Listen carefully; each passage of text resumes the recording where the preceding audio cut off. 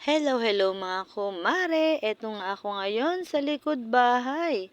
Nag-i-improvise ng isang table na gagamitin para sa pagluluto ng mga handa ni Aaron. At dahil nga may nakita akong kapirasong lawanit ay ipinatong ko sa isang kahoy at sa gulong ng tricycle at naghanap nga ako ng isa pang kahoy para magsilbing paan ng ating table. At ayan na nga, meron na tayong pwedeng gamiting table. Diyan, ganyan ka-diskarte ang inyong kumare.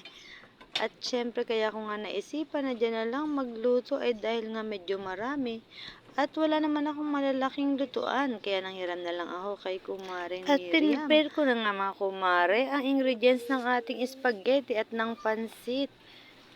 Aba, ay naghihiwa pa nga lang ako ay pumanta na ang aking panganay na si EJ at siya daw ay nagugutom na. At nagulat pa nga siya nang nakita niya na may camera. Kaya naman minadali ko na ang pag-prepare ng aking mga ingredients para sa aking lulutuing pansit. Ayan, at inuna ko na ang hiwain ng ating repolyo na gulay para sa ating pansit. Aba, ikaw naman manok ay wag patila-tilaok dyan at baka gusto kitang maisahog sa aking pansit.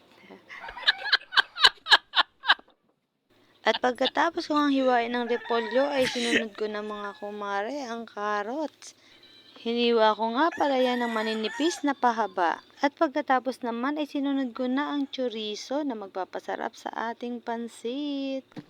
At binuksan ko na rin nga ang kikiam na ating panggisa sa ating pansit at sinimulan ko na rin tong hiwain. At sinunod ko na rin ang hiwain ng ating bawang at ayan naman at ako'y natatakot dahil ang ating ginawang mesa ay parang bibigay.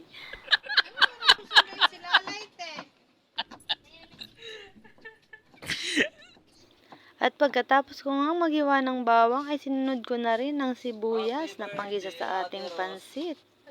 Abay, ewan ko nga naman dito kay Jason at ako naman ang ginigreet ay kay layo pa ng aking birthday. At dahil nga natapos na ako sa paghihiwa ng ating ingredients, ay nagsimula na rin si Jason na magpaapoy ng ating kalan.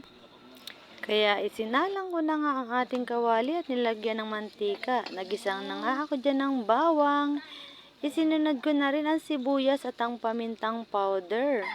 At syempre, ang ating chorizo na magpapasarap sa ating lutuin.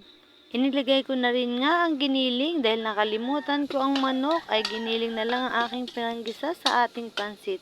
Yun nga lang nakakatarantang magluto sa kahoy dahil napakalakas ng apoy. Isinunod ko na rin nga ilagay ang ating kikiam mga kumare. At dahil nga medyo matigas ang carrots, ay isinunod ko na rin ito sa aking ginisang mga ingredients ng ating pansit. Nilagyan rin nga pala namin yan ng isang balding sabaw. Char! Isinunod ko na rin nga lagyan yan ng toyo na pangpaalat sa ating nilulutong pansit. At dahil nga nagkuluan ang ating sabaw ay nilagyan ko na ng pampasarap at ng cubes na pandagdag sarap sa ating pansit. At maya-maya nga ay inilagay na rin namin ang bihon sa ating niluluto.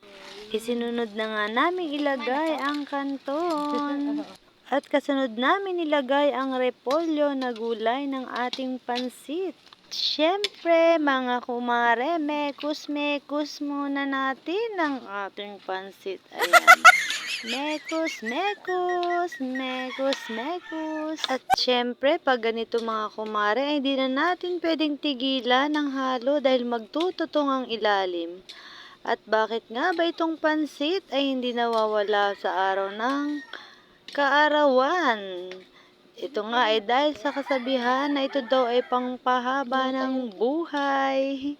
Kaya tradisyon na to mga kumare. Ayan, at tapos na tayong magluto. Salamat mga kumare for watching.